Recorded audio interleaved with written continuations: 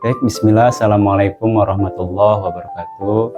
Selamat pagi semuanya, rekan aku.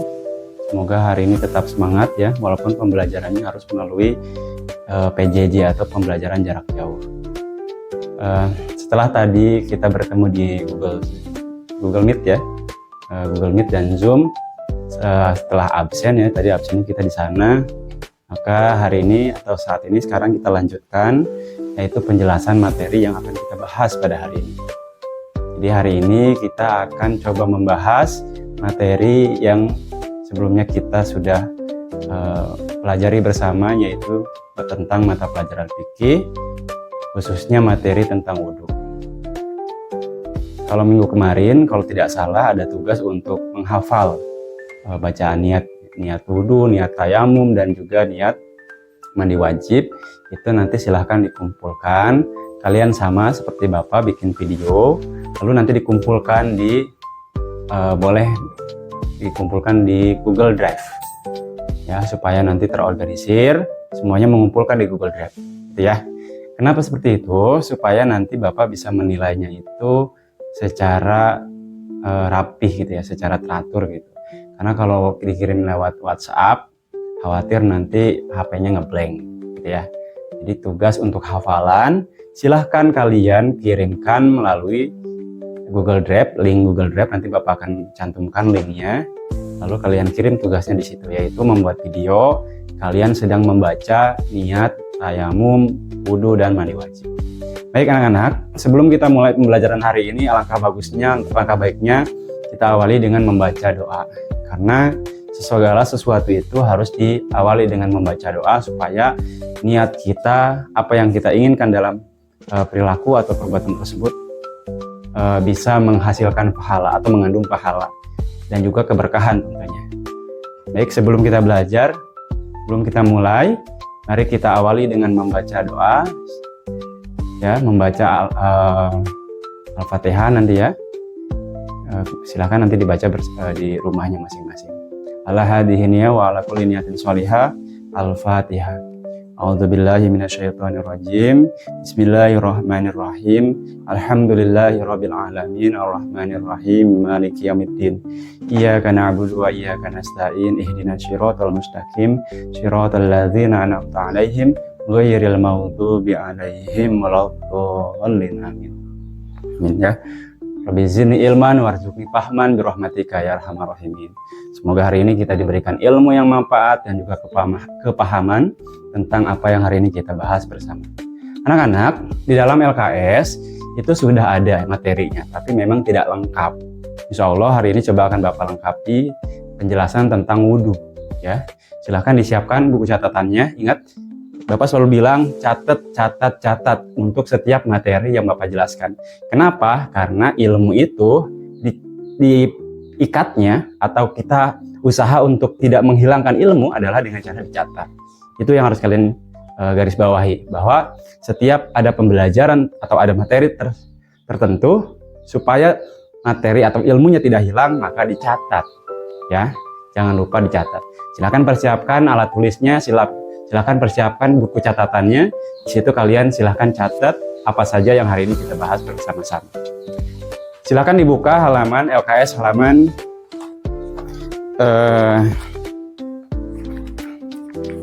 halaman berapa ya? Lupa.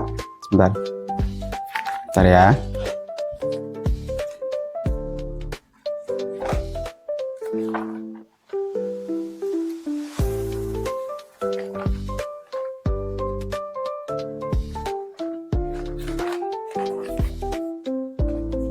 Oh iya, halaman 8 ya. Di situ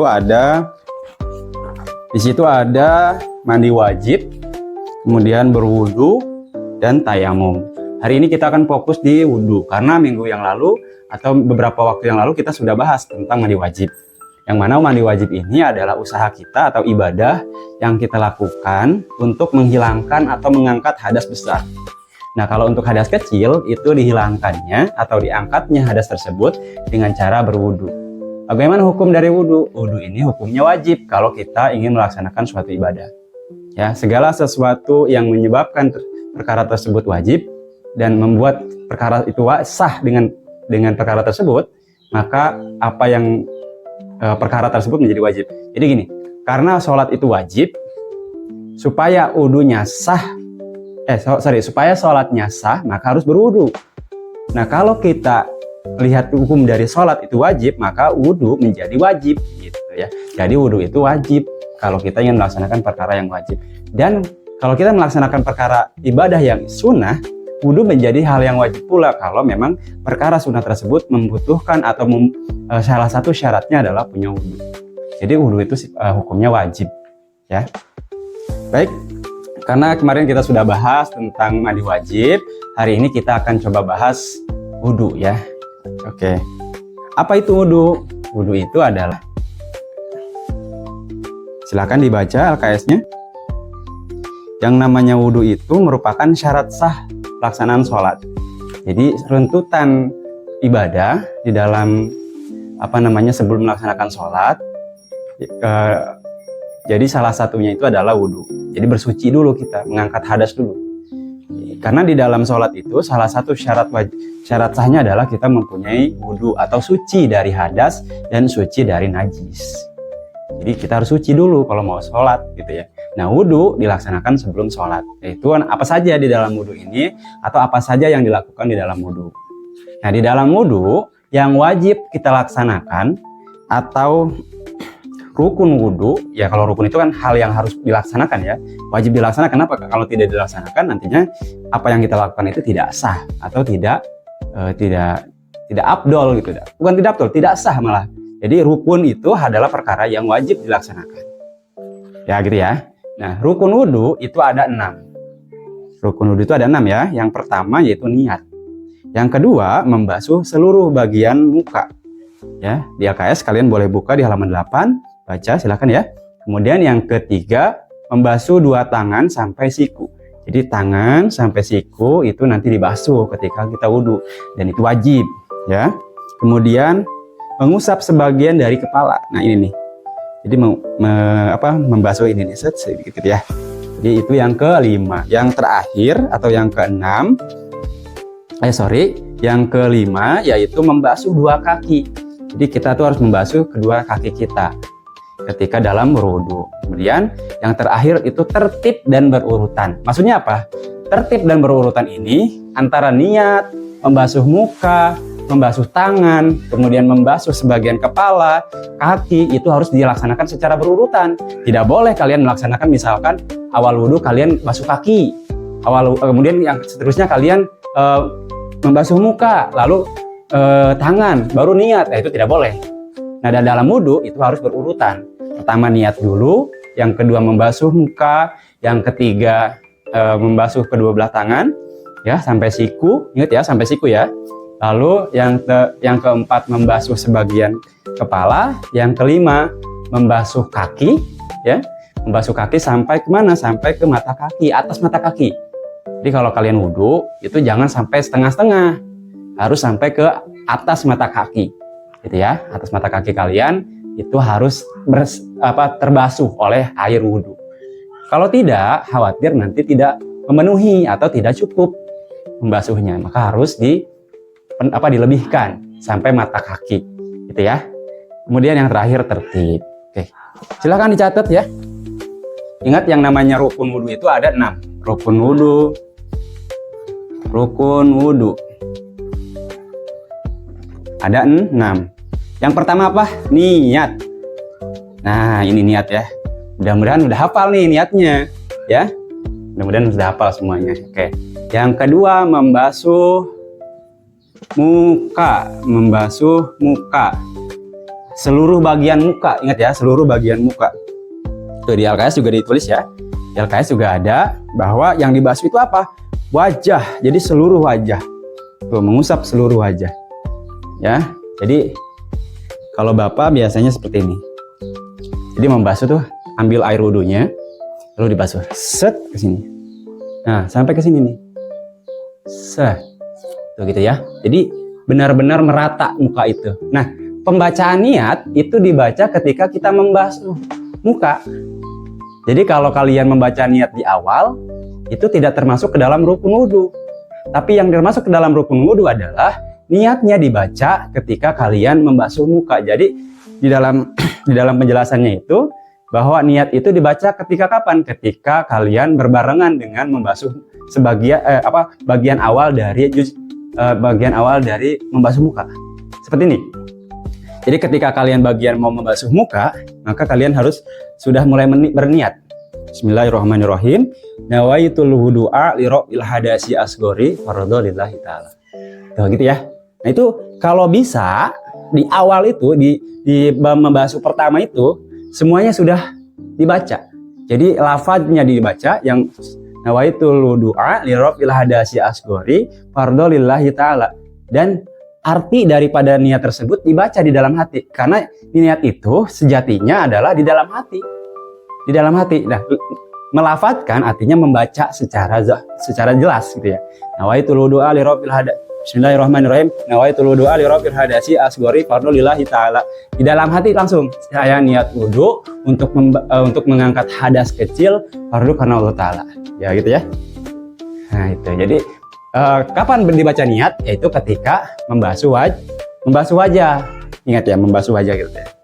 Nah, yang kedua, rukun wudhu adalah membasuh muka. Ingat tadi sambil dibaca nih niat gitu ya. Terus yang ketiga apa? Yang ketiga itu adalah membasuh kedua tangan. Nah, ini yang ketiga ya. Yang ketiga itu adalah membasuh kedua tangan. Sampai mana membasuhnya? Sampai siku-siku. Nah, sampai siku-siku. Jadi membasuh tangannya itu nggak asal. Jadi jangan kalian membasuh tangan sampai ke sini doang, nggak boleh. Tapi membasuh tangan itu harus melebihi dari siku-siku, dari sini nih. Ya, kalau bisa itu dilebihkan. Artinya kalau disuruhnya sampai siku-siku, maka coba kalian basuhnya itu lebih dari siku-siku. Jadi set gitu ya, basuh gitu tuh. Nah, kalau kalian berwudu, wudunya itu di kulah. Kalau di musola atau di masjid, kalian akan sering menemukan kulah. Apa itu kulah? Kulah itu seperti kolam air yang memang dikhususkan untuk berwudu. Jadi jangan berenang di situ, nggak boleh ya. Tapi itu tuh untuk wudu aja.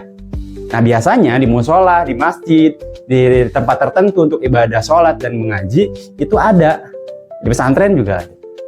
Nah, kalau kalian membasuh atau berwudu di dalam atau menggunakan air di dalam kulah, maka kalau memang mampu atau kalau bisa ya, kalian ambil air wudunya itu untuk membasuh tangan itu seperti ini. Jadi diambil, kemudian diairkan airnya ke sini. Nah, dibantu oleh tangan yang tidak dibasuh. Artinya gini, kalau membasuh tangan kanan, maka tangan kiri itu membantu untuk meratakan air. Jadi ambil, set, nah diusap sama tangan kiri, diputer, lalu di set gitu ya. Coba dipraktekkan. Ambil airnya, lalu kemudian diusap seperti ini. Ini dalam rangka untuk meratakan air karena harus rata, ya. Nah, yang kiri juga sama. Yang kiri tangan kanan untuk membantu meratakan air. Jadi ambil airnya, set gitu ya, diputar, lalu nah, Pak, kalau dicelumkan boleh nggak dicelumkan? Boleh, boleh ya. Tapi kalau memang mau seperti ini, itu caranya seperti itu. Jadi kalau dicelupkan, gitu ya, sambil baca doa untuk membasuh tangan itu ya, set 3 kali, sambil diratakan 3 kali. Gitu ya, itu yang ketiga. Nah, ini ingat ya, ini rukun wudhu. Nanti masih ada lagi yang namanya sunnah wudhu. Mudah-mudahan waktunya cukup untuk Bapak menjelaskan. Nah, rukun wudhu yang keempat yaitu membasuh sebagian kepala, membasuh sebagian kepala. Yang mana yang dibasuh? Yaitu tempat tumbuhnya rambut. Tempat tumbuhnya rambut.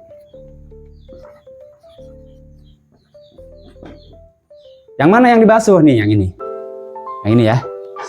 Pak, kalau dibasuh semua boleh nggak ya? Boleh. Jadi basuh set. Nah, gitu tuh. Boleh ya. Yang penting apa? Yang penting syaratnya nih. Area ini harus kena nih, harus basah. Gitu ya. Sambil nanti dipraktekin ya di rumah ya. Jangan cuma didengerin doang Bapak ngomong, nanti kalian nggak bisa kalau tidak sambil mempraktekkan gitu ya. Oke, rukun wudhu yang kelima yaitu adalah membasuh kedua kaki.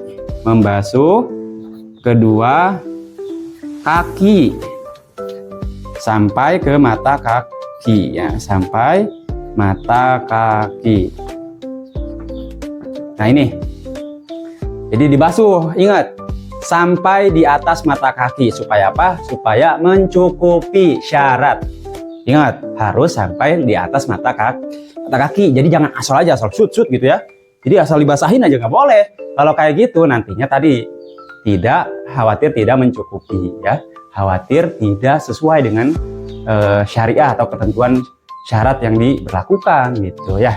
Kemudian yang keenam itu adalah tertib. Apa itu tertib? Tertib itu berurutan.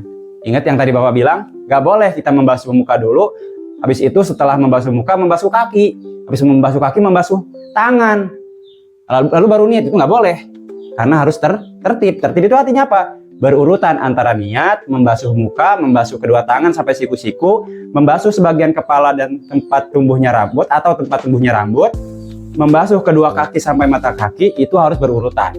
Tidak boleh diacak. Boleh diacak, kalau diacak nantinya tidak sah.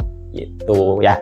Ini adalah rukun wudhu. Jadi rukun wudhu itu ada 6. Ingat, rukun wudhu ada 6.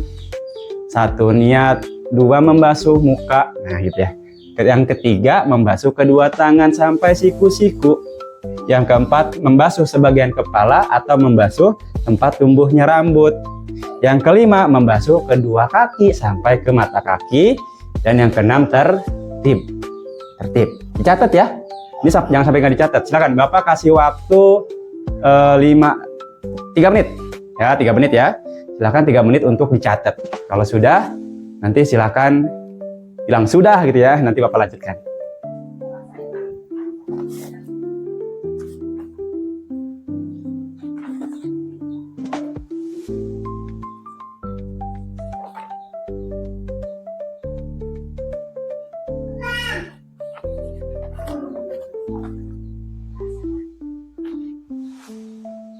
Rukun wudhu ada 6.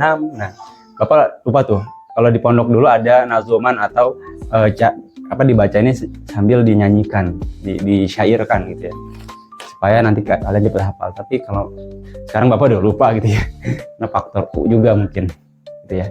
Silakan dicatat, masih ada waktu untuk mencatat, silakan.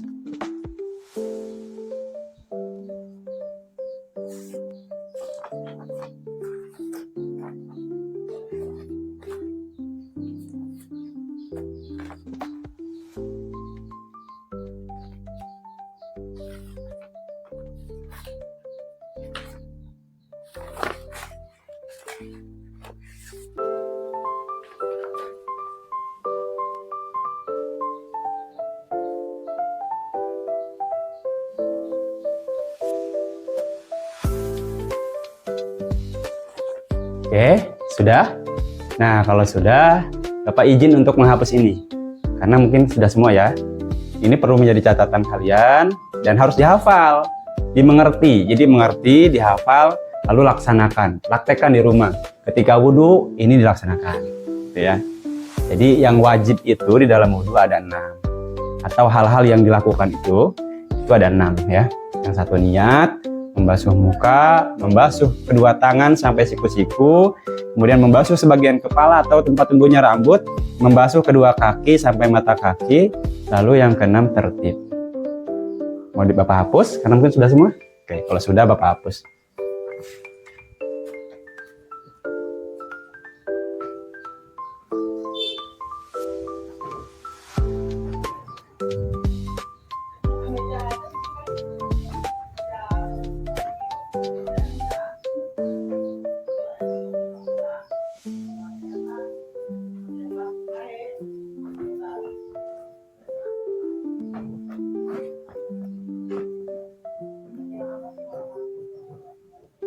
Oke, selanjutnya kita akan sama-sama membahas tentang syarat.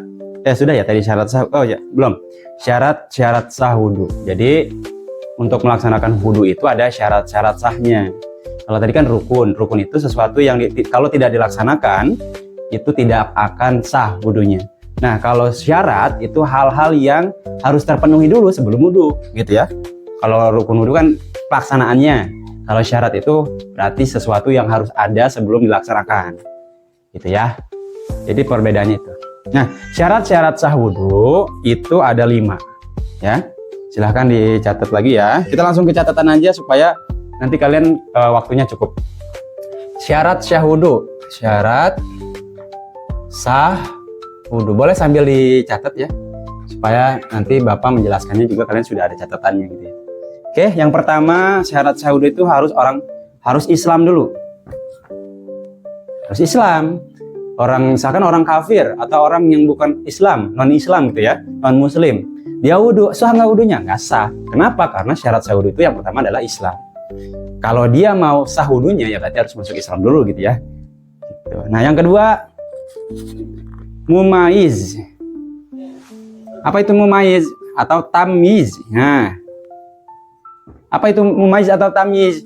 Mumaiz atau tamyiz ini artinya sudah bisa membedakan, hapus dulu.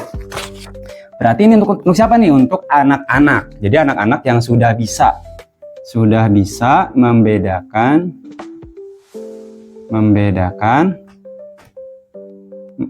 perkara yang baik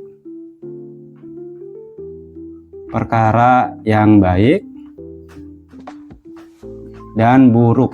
Nah, jadi tamyiz itu sudah bisa membedakan mana yang baik, mana yang buruk. Contoh, sudah bisa menyeberang. Nah, kalau anak kecil dia sudah bisa, kalau nyeberang itu harus tengok kiri sama tengok kanan supaya tidak terjadi sesuatu yang tidak diinginkan. Nah, berarti dia sudah mulai bisa membedakan mana yang baik, mana yang buruk gitu ya. Atau sudah membedakan uang 50.000 dengan 5.000. Nah, itu juga jadi salah satu indikasi bahwa dia sudah mulai memaiz.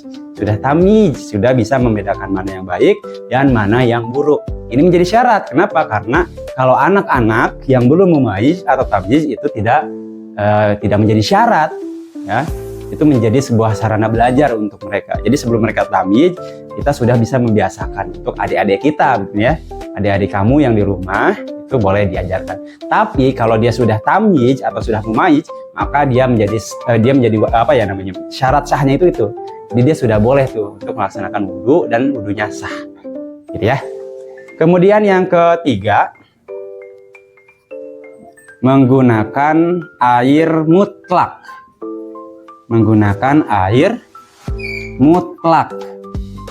Masih ingat ya penjelasan Bapak minggu yang lalu? Apa itu air mutlak?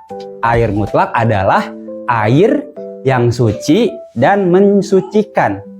Jadi airnya itu bisa dipakai untuk wudhu, bisa untuk dipakai untuk mandi wajib, juga bisa untuk dipakai dikonsumsi karena suci. Suci di sini artinya tidak terkena oleh najis. Kalau menyucikan artinya airnya tersebut bisa digunakan untuk bersuci atau berwudhu, bermandi wajib gitu ya. Nah itu. Jadi menggunakan air mutlak. Air mutlak itu apa?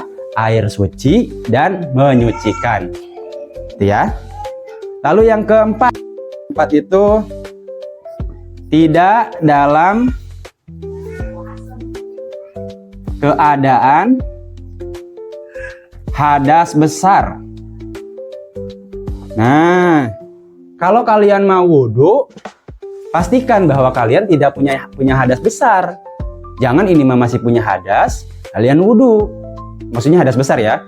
Jangan kalian punya hadas besar lalu kalian wudhu.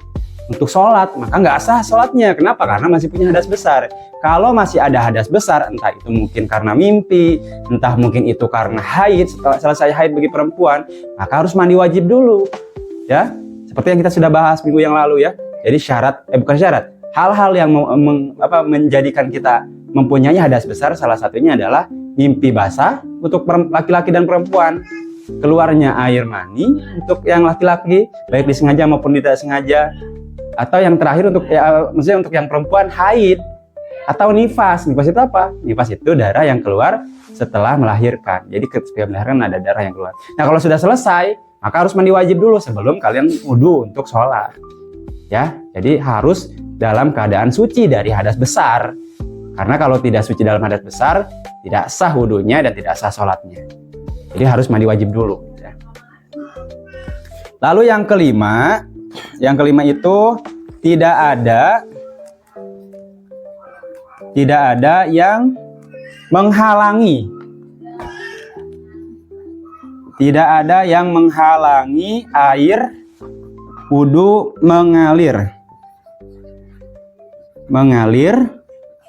Maaf ya, tulisan Bapak agak sedikit kurang rapih ya. Karena ini posisinya kurang nyaman ya. Tapi nggak apa-apa. Nah, sambil Bapak jelaskan, nanti mungkin kalian mencatatnya juga bisa sambil mendengarkan Bapak. Tidak ada yang menghalangi air wudu mengalir ke anggota wudu. Jadi tidak ada sesuatu di dalam diri kita, di dalam badan kita, sesuatu yang menghalangi air.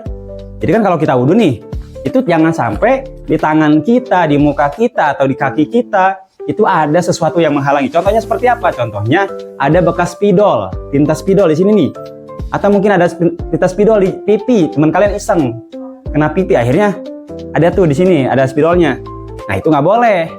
Atau mungkin tangan kalian terkena getah. Apalagi mungkin kena cat, habis ngecat ya di rumah, kalian wudhu, tapi ternyata masih ada catnya di sini. Nah maka tidak sah wudhunya, harus diulangi. Tapi sebelum diulangi, bersihkan dulu cat yang ada di tangan itu.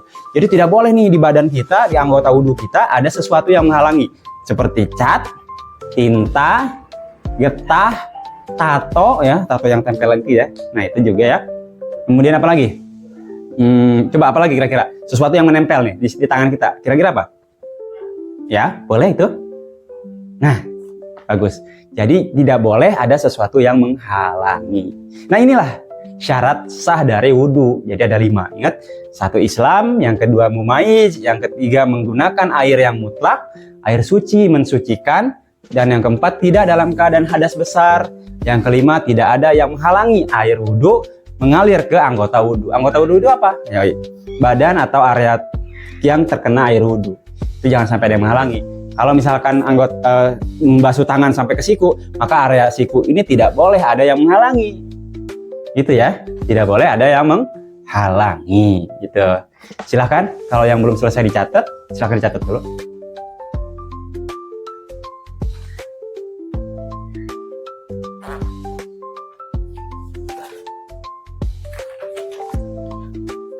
Oke, sudah ya. Oke, untuk perkara yang membatalkan wudhu. Jadi wudhu itu ada perkara-perkara yang membuat dia menjadi batal atau tidak hilang wudhu ininya, hadas suci dari hadas kecilnya. Jadi ada perkara-perkara yang membatalkan wudhu. Perkara yang membatalkan wudhu akan Bapak dikte. Kalian silahkan catat. Bapak akan baca pelan-pelan, tapi nanti kalian catat di buku catatan. Dan Bapak akan mengecek catatan kalian. Ingat ya. Bapak akan mengecek catatan kalian. Jadi hari ini, pembelajaran hari ini, secara PJJ ini, Bapak akan cek ketika nanti sudah aktif kembali. Oke, yang pertama, perkara yang membatalkan wudhu itu adalah keluar sesuatu dari dubur maupun kubul. Keluar sesuatu dari dubur dan kubul. Yang pertama ya, keluar sesuatu dari dubur dan kubul. Apa itu dubur dan kubul? Kalau dubur itu berarti buang air besar. Jadi kalian BAB, nah itu keluar dari situ. Kalau kubul yaitu keluar air pipis, kalian kencing BAK, buang air kecil. Nah itu juga membatalkan wudhu.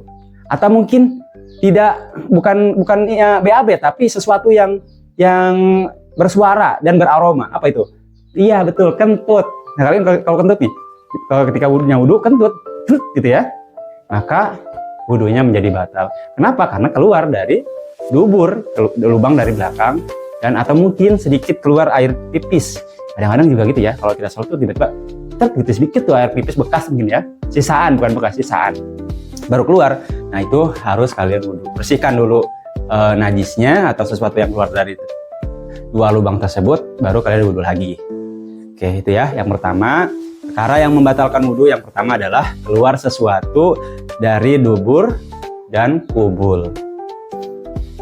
Yang kedua, tidur berat dengan tidak meletakkan, pantat di atas tanah. Tidur berat dengan tidak meletakkan pantat di atas tanah. Artinya apa?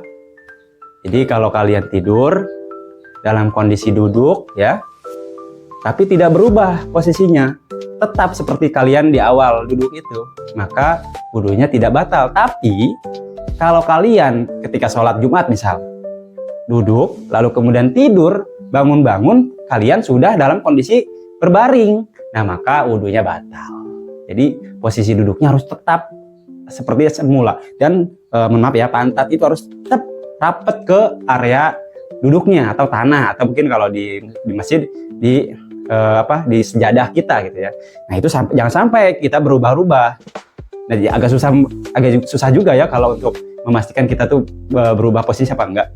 Tapi yang pasti kalau kalian duduk lalu tidur, bangun dalam keadaan berbaring, artinya kalian sudah berubah posisi duduknya dan batal wudhunya. Ya, jadi yang kedua itu tidur berat dengan tidak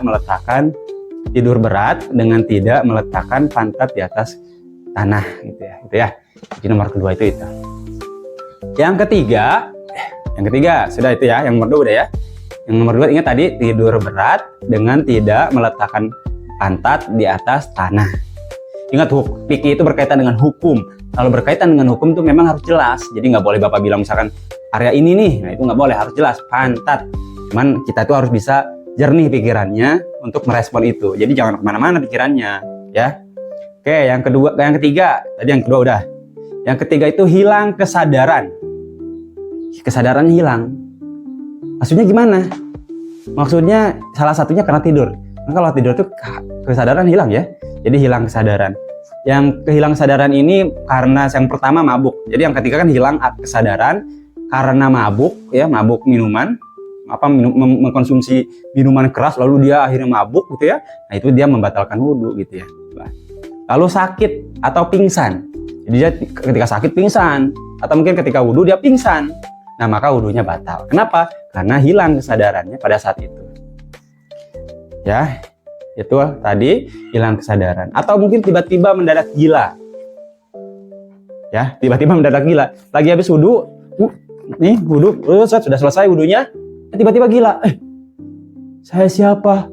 Anakku di mana? Nah, kayak gitu. Jadi itu berarti dia sudah hilang kesadarannya. Jadi hilang. Tapi kemudian tiba-tiba dia sembuh lagi. Nah, kalau dia sembuh lagi, dia mau sholat, dia harus wudhu lagi. Gitu ya. Itu yang ketiga, yaitu hilang kesadaran karena mabuk, karena pingsan, atau mungkin karena gila. Yang keempat, bersentuhan kulit tanpa ada penghalang. Bersentuhan kulit nih, set, tanpa ada penghalang. Kan kalau kena baju doang nih, kena baju nih gini nih, berarti kan nggak kena kulit. Berarti kan ada penghalang kalau kena baju. Tapi kalau langsung ini nih, nempel, tep, itu maka batal.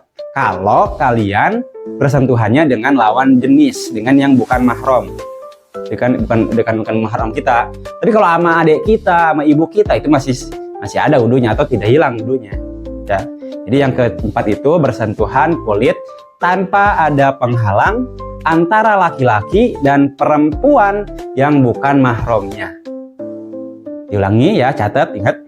Bersentuhan kulit tanpa ada penghalang antara laki-laki dan perempuan yang bukan mahramnya. Oke, sudah. Oke, perkara yang membatalkan wudhu yang kelima. Yang kelima, ingat. Yang kelima, menyentuh kemaluan manusia dengan telapak tangan. Jadi, pegang kemaluan manusia. Punya siapa Pak ya? Punya sendiri. Kalau punya sendiri nih, kepegang sama area ini, batal wudhunya.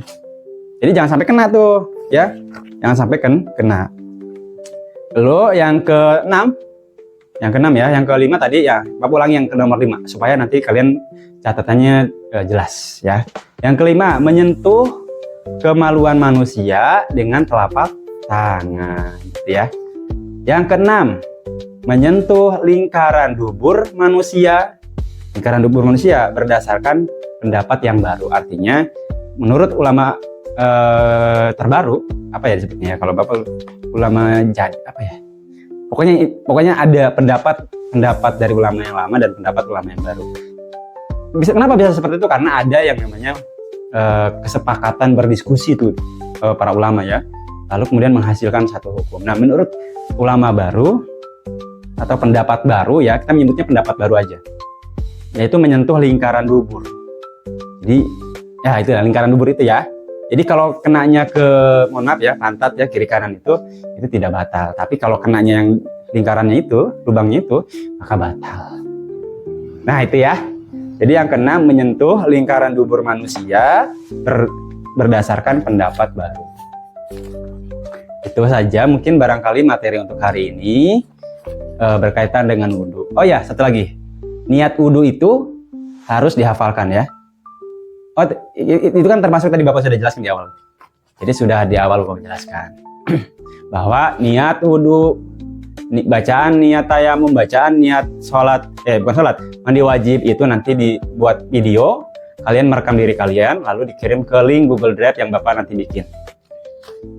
Barangkali mungkin itu saja untuk hari ini. Untuk penjelasan lebih lengkapnya tentang wudhu, mudah-mudahan nanti kita sudah bisa normal lagi, tidak PJJ lagi ya. Insya Allah kita bahas bareng-bareng lagi. Tapi yang pasti tadi itu adalah sebagian daripada materi tentang wudhu, gitu ya. Kalau nanti ada pertanyaan yang berkaitan dengan materi ini, kalian boleh tanyakan di kolom komentar. Nanti kita bahas di grup WhatsApp atau mungkin langsung di grup WhatsApp juga boleh. Itu saja untuk hari ini. Mudah-mudahan kita mendapatkan ilmu yang bermanfaat. Mudah-mudahan kalian paham, mengerti teori atau materi tentang wudhu ini. Kalau memang ada sesuatu yang perlu ditanyakan, silahkan ditanyakan. Jangan malu-malu, jangan ragu.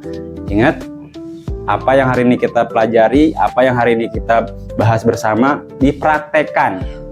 Ingat, dipraktekkan. Jangan sampai tidak dipraktekkan.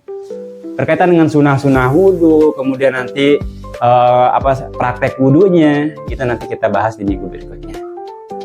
Bersamaan dengan materi tentang tayamum. Sekali lagi, itu saja untuk hari ini. Mudah-mudahan apa yang kita pelajari bisa bermanfaat bagi kita, baik di dunia maupun di akhirat. Wallahul muwaffiq ila aqwamit thoriq. Assalamualaikum warahmatullahi wabarakatuh.